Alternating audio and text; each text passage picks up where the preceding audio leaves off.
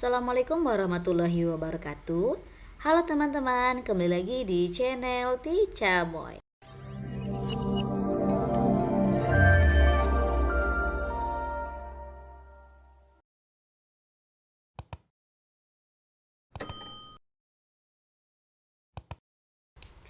Salam sehat buat teman-teman semua pelamar CPNS tahun 2024.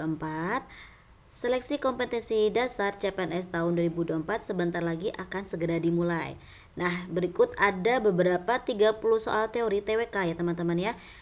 Adalah soal teori yang sering muncul berdasarkan FR tes CPNS pada tahun sebelum-sebelumnya. Jangan lupa untuk dipelajari teori-teorinya. Selamat belajar, semoga sukses. Soal yang pertama, bela negara dalam konteks Undang-Undang Dasar Negara Republik Indonesia tahun 1945 tercantum dalam pasal A. Pasal 27, B. Pasal 30, C. Pasal 34, D. Pasal 37, E. Pasal 33. Jawabannya adalah B. Pasal 30. Lanjut soal nomor 2. Menurut Pancasila, aspek yang paling mendasar dalam bela negara adalah A. Kesadaran hukum, B. Keberanian, C. Kecintaan kepada tanah air, D. Bhinneka Tunggal Ika, E. Keterampilan teknis. Jawabannya adalah C. Kecintaan kepada tanah air. Soal nomor 3. Dalam Undang-Undang Dasar 1945, hak asasi manusia diatur dalam pasal A. Pasal 27 hingga Pasal 34, B. Pasal 28 hingga Pasal 34, C. Pasal 27 hingga Pasal 29, D. Pasal 29 hingga Pasal 34, E. Pasal 25 hingga Pasal 30. Jawabannya adalah B. Pasal 28 hingga Pasal 37. Lanjut soal nomor 4.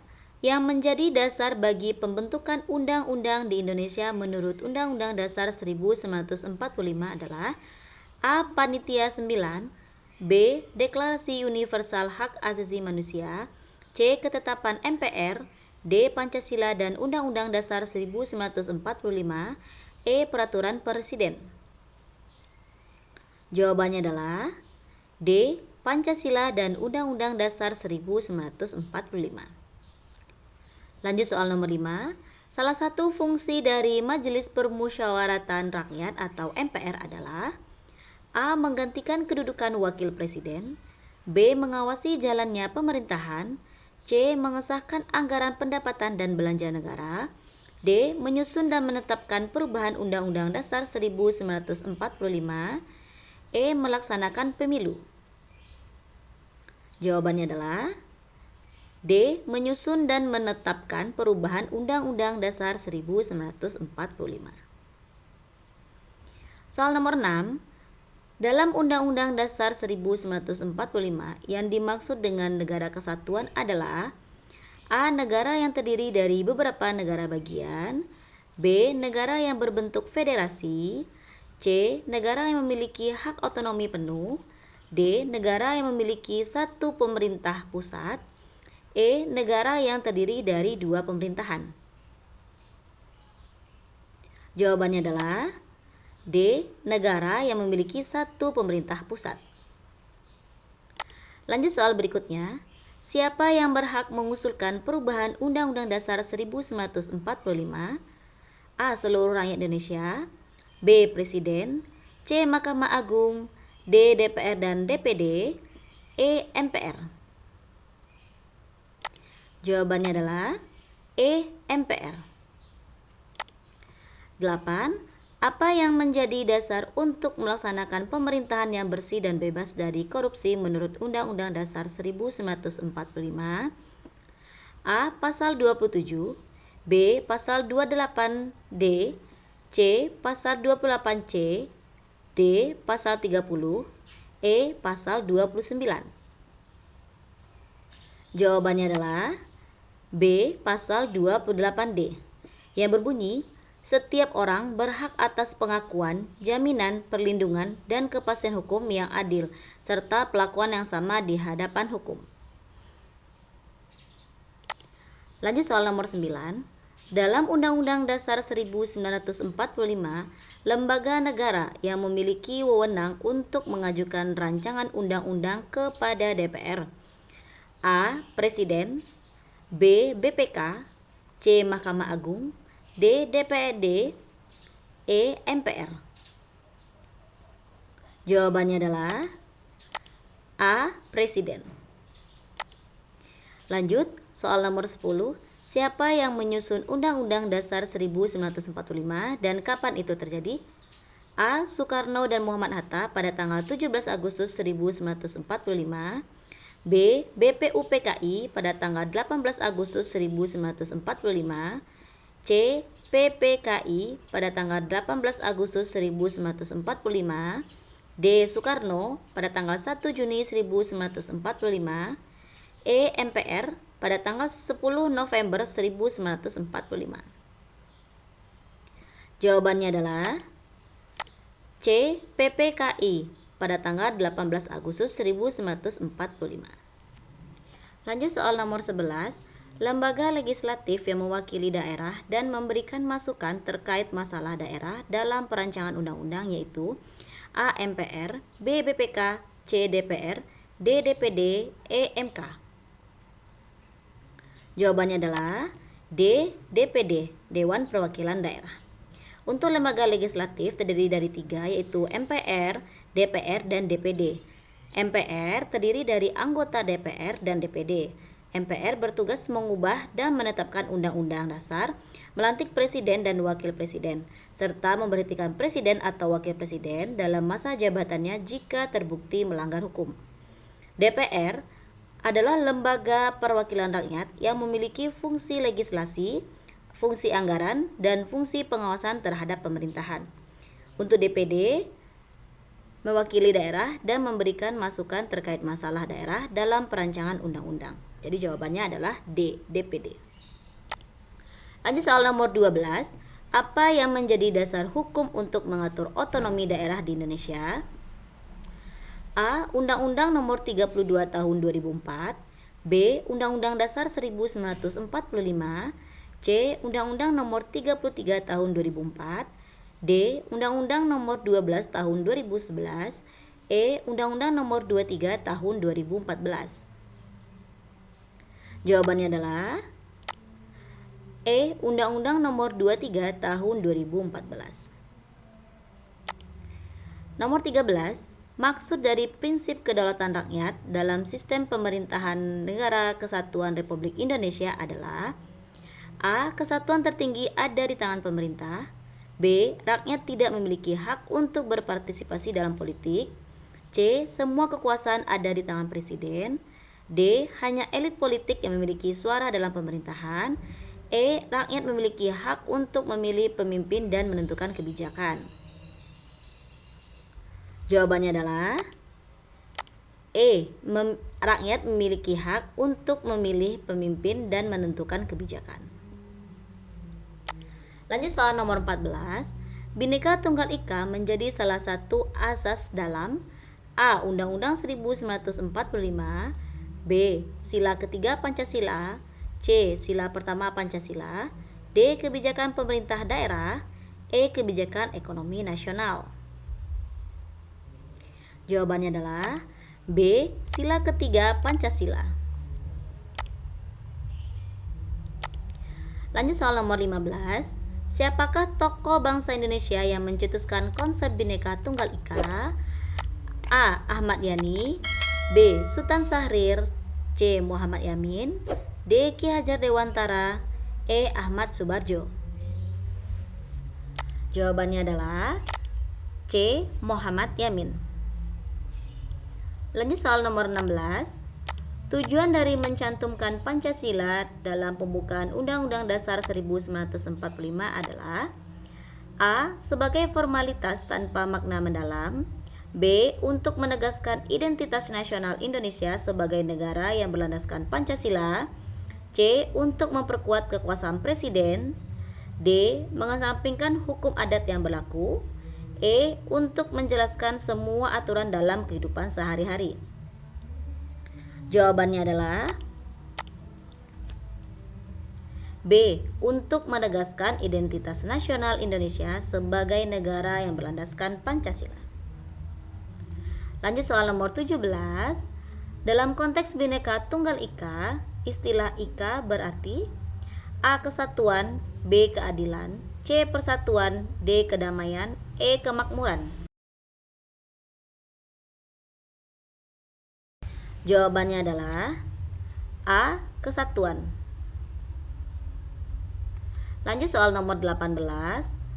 Pencetus istilah Bhinneka Tunggal Ika dalam naskah Suta Soma adalah A. Soekarno, B. Empu Tantular, C. Ki Hajar Dewantara, D. R.A. Kartini, E. Jenderal Sudirman.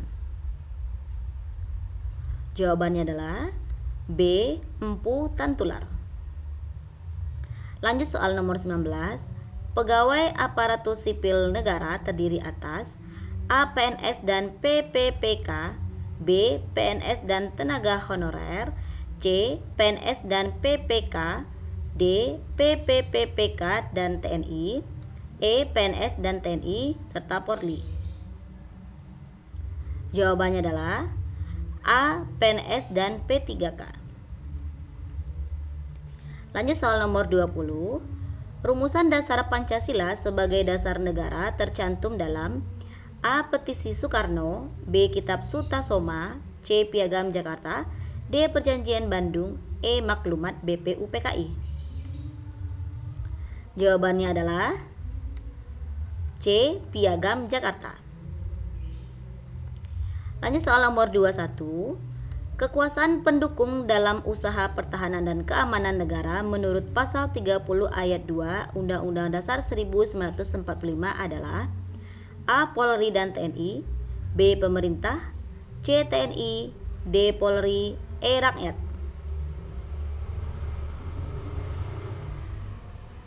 Jawabannya adalah E. Rakyat. Bunyi pasal 30 ayat 2 yaitu usaha pertahanan dan keamanan negara dilaksanakan melalui sistem pertahanan dan keamanan rakyat semesta oleh Tentara Nasional Indonesia dan Kepolisian Negara Republik Indonesia sebagai kekuatan utama dan rakyat sebagai kekuatan pendukung. Lanjut soal nomor 22. Upaya yang dilakukan pemerintah setelah peristiwa Proklamasi 17 Agustus 1945 adalah menata stabilitas nasional dengan berdasarkan sistem pemerintahan sebagai berikut. A. Sistem presidensial, sistem parlementer, C. Sistem federal, D. Sistem Uni Indonesia Belanda, E. Sistem republik. Jawabannya adalah A. Sistem presidensial. Lanjut soal nomor 23. Perjuangan pergerakan Budi Utomo dimaksudkan dalam rangka mewujudkan A. Pengakuan suku budaya, B. Cita-cita kebangsaan, C. Cita-cita kaum intelektual, D. Penghapusan kebodohan, E. Penghapusan feodalisme. Jawabannya adalah B. Cita-cita kebangsaan. Lanjut soal nomor 24. Kereta api tua dengan wajah kusam terengah-engah diterik matahari melingking menjerit seakan tidak kuasa lagi membawa beban. Kalimat di atas menggunakan majas. A. Hiperbola, B. Personifikasi, C. Metafora, D. Litotes, E. Sinisme. Jawabannya adalah B. Personifikasi. Lanjut soal 25. Kata naik yang bermakna denotatif terdapat dalam kalimat A. Si Basir tidak naik kelas karena jarang masuk sekolah. B. Kalau harga barang-barang sudah naik tidak mungkin turun lagi. C. Karena jasa-jasanya pangkatnya dinaikkan 1 tingkat. D. Artis kondang itu sedang naik daun. E. Dia naik kereta api jurusan Surabaya. Jawabannya adalah E. Dia naik kereta api jurusan Surabaya.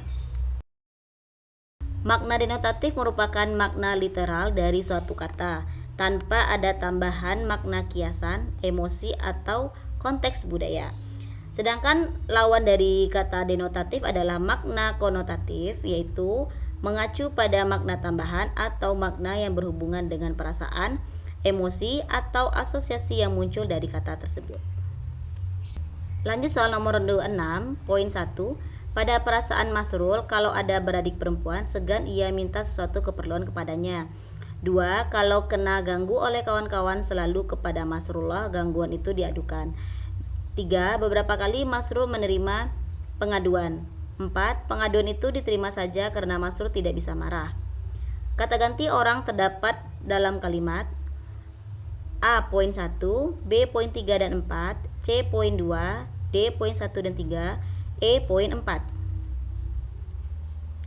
Jawabannya adalah A. Poin pertama. Lanjut soal nomor 27. Perjanjian Renville, Perjanjian Linggarjati, dan Konferensi Meja Bundar merupakan hasil A. Penjajahan bangsa Indonesia, B. Kemenangan politik Indonesia, C. Genjatan senjata, D. Perjuangan diplomasi, E. Kemenangan peperangan Indonesia. Jawabannya adalah D. Perjuangan diplomasi. Lanjut soal nomor 28. Yang termasuk penyebab kemunduran VOC adalah A. Sesuai dengan semangat liberalisme dalam ekonomi, B. VOC mengalami surplus keuangan, C. Hasil ekspor yang semakin menurun, D. Banyaknya anggota VOC yang korupsi, E. Anggaran untuk pegawai terlalu kecil. Jawabannya adalah D. Banyaknya anggota VOC yang korupsi. Lanjut soal nomor 29.